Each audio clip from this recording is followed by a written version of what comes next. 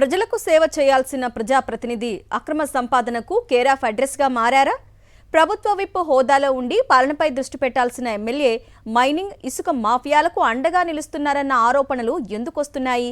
ఒకవైపు తాగునీటి కోసం ప్రజలు రోడ్డెక్కుతుంటే మరోవైపు సరిహద్దులు దాటి సాగుతున్న అక్రమ వ్యాపారాలపై రాజకీయ వర్గాల్లో ఎందుకు చర్చ జరుగుతోంది?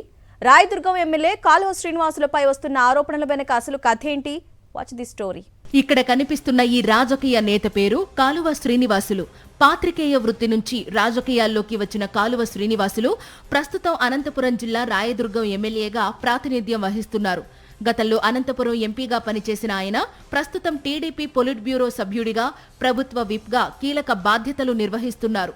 అయితే ప్రజా సమస్యల పరిష్కారంపై దృష్టి పెట్టాల్సిన కాలువ శ్రీనివాసులు ఇప్పుడు అక్రమ సంపాదన ఆరోపణలతో రాజకీయ వర్గాల్లో చర్చనీయాంశంగా మారారు.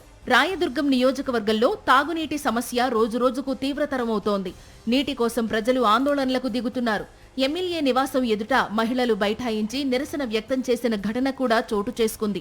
అయినప్పటికీ సమస్య పరిష్కారంలో ఆశించిన చొరవ కనిపించడం లేదన్న విమర్శలు వినిపిస్తున్నాయి. ప్రజల దాహం తీర్చాల్సిన ప్రజాప్రతినిధి ప్రజల గోడు కంటే మరేదో వ్యవహారాలపైనే ఎక్కువ ఆసక్తి చూపుతున్నారన్న చర్చ రాయదుర్గంలో జోరుగా సాగుతోంది. ఇదే సమయంలో రాయదుర్గం పరిసర ప్రాంతాల్లో అక్రమ మైనింగ్, ఇసుక రవాణాపై తీవ్ర ఆరోపణలు వినిపిస్తున్నాయి.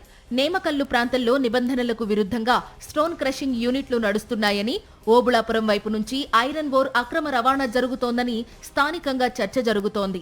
అంతేకాదు, వేదవతి నది నుంచి భారీ ఎత్తున ఇసుక తరలింపు జరుగుతోందన్న ఆరోపణలు కూడా ఉన్నాయి. ఈ వ్యవహారాలన్నీ అధికార పార్టీ నేతల అండదండలతోనే సాగుతున్నాయన్న విమర్శలు వినిపిస్తున్నాయి. కర్ణాటక సరిహద్దుకు ఆనుకుని ఉండడం అక్రమ రవాణాకు అనుకూలంగా మారిందన్న అభిప్రాయాలు వ్యక్తమవుతున్నాయి. ఇసుక, ఖనిజ సంపద సరిహద్దులు దాటిపోతుంటే కట్టడి చేయాల్సిన అధికారులు, పోలీసులు మాత్రం మౌనం పాటిస్తున్నారన్న ఆరోపణలు వ్యక్తమవుతున్నాయి.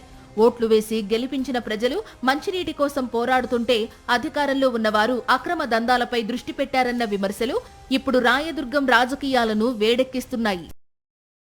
మరిన్ని అప్డేట్స్ కోసం ఛానల్ను సబ్స్క్రైబ్ చేయండి. నోటిఫికేషన్స్ కోసం బెల్ ఐకాన్ పై క్లిక్ చేయండి.